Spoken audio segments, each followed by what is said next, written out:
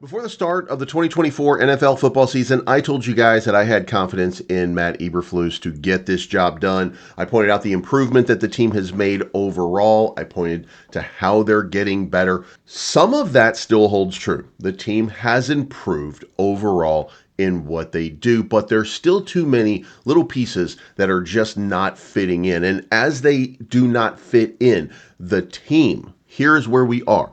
This team expects itself to be better than what it's doing right now. And the players themselves have now turned their gaze to the coaches, more specifically Matt Eberflus. What's happened now is that we are 7 games into the season. We should be a 6-1 team. 2 plays are the difference between 4-3 and 6-1. And a good coach that creates good players and creates a good relationship and puts them in a position to win has a 6-1 team. Matt Eberflus has not been that guy. And listen, there's a lot of people that still like Matt Eberflus. I'm not taking away from Matt Eberflus in his likability, but I've said it before and I will say it again. It's now time to question whether or not Matt Eberflus is a winner. And what the Bears need immediately and right now is a proven winner. Yesterday, I gave you a video on Ben Johnson potentially being that candidate, and you guys slept on it. It only had a couple hundred views, where normally these videos get a couple thousand views. So you weren't into Ben Johnson, or maybe you were, and I didn't release it at a time you liked it, or whatever the case may be. But I do want to redress here that there is a real possibility that this is the end for Matt Eberflus, no matter what happens at the end of this season. Now, if you like this type of content, make sure you hit the like button. If you like Matt Eberflus, maybe you want to hit the subscribe button. If you don't like Matt Eberflus, maybe you want to hit the subscribe button. Maybe if you like me, hit it. If you don't like me, hit it anyway, baby. Let's go. Okay, this is it, making the rounds right now. Chicago Bears are quietly researching head coaching candidates. That's going to include Ben Johnson. That's going to include many different people. And look at this. Why Chicago Bears head coach Matt Eberflus just sealed his own fate. It's not easy to. This is not easy to figure to unravel at this point. This is crazy. Should Matt Eberflus be on the hot seat? Absolutely. Waldron under fire as Bears players are openly questioning decisions. This is the end of a coaching regime when this happens. You, Matt Eberflus, you've earned this. Chicago Bears coach under fire for postgame comments. Chicago Bears players reportedly had discussion with coach about his stupid decisions. Matt Eberflus offers no public accountability for Tyreek Stevenson. And by the way, we saw the video of Tyreek Stevenson. We said that he was harassing people. You see him throwing his hands up. It looked to me more like he was looking at the Chicago Bears section of the stadium trying to rile them up. And in fact, Tyreek Stevenson came out and said the same thing. Now, should he have been doing that? I don't think so. I think he should have had his head in the game. He should have been focused on not losing on a Hail Mary on the last play of the game. But here we are, and we're expecting miracles, or we're expecting a little bit more cohesiveness from a guy who's on a team that is not well coached. And we know this. Why? Because you had 2 weeks to prepare for the Washington Commanders. You had a bye week in between there, and your coaching staff laid 0 points through almost 3/4 of the game. Were they ready to compete? Absolutely not. As a team, what happens there? You get frustrated. Why do you get frustrated? Because you expect more from your coaches and from your players at this point. And as Bears fans, we're not really getting it. Again, a 6-1 team that should be a 4-3 team that should be 6-1. It's silly. Now, here we are.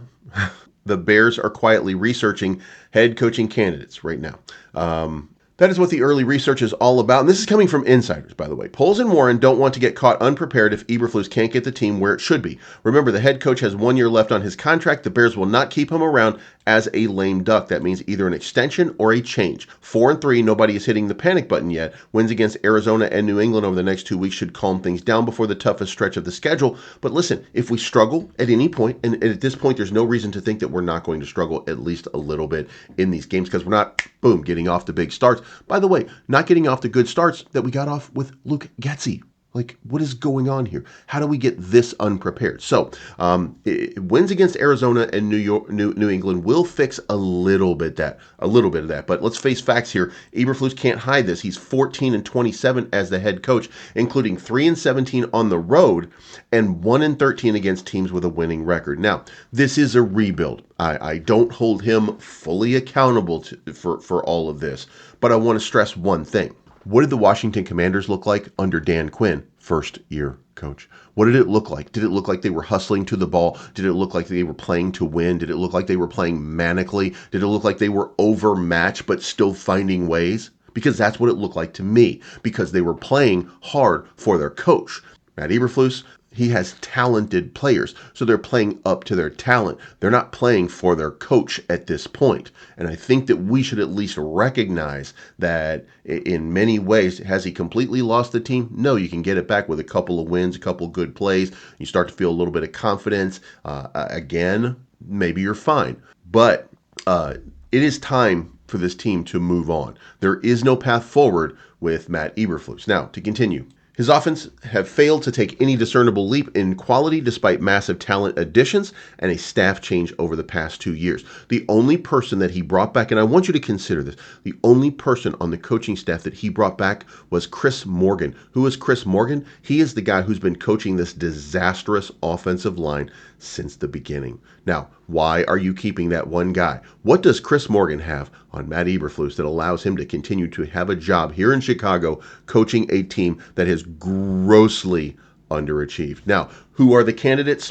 Number one candidate, Ben Johnson, then offensive coordinator Cliff Kingsbury, and offensive coordinator Bobby Slowick. Now, you might be asking yourself, well, why would you be going for an offensive-minded coach? Well, because you have Caleb Williams, you have Roma Dunze, you have DeAndre Swift for a couple years, and Matt Eberflus was a defensive-minded coach when you hired him and you brought him in. And as you know, the Chicago Bears usually go from offense to defense coach, et cetera, et cetera. So the next coach, probably more offensive-oriented. So we're talking Ben Johnson, Cliff Kingsbury, and Bobby Slowick right now on the radar. Bears are kicking the tires and checking them out. Are they going to make a change in the mid-season?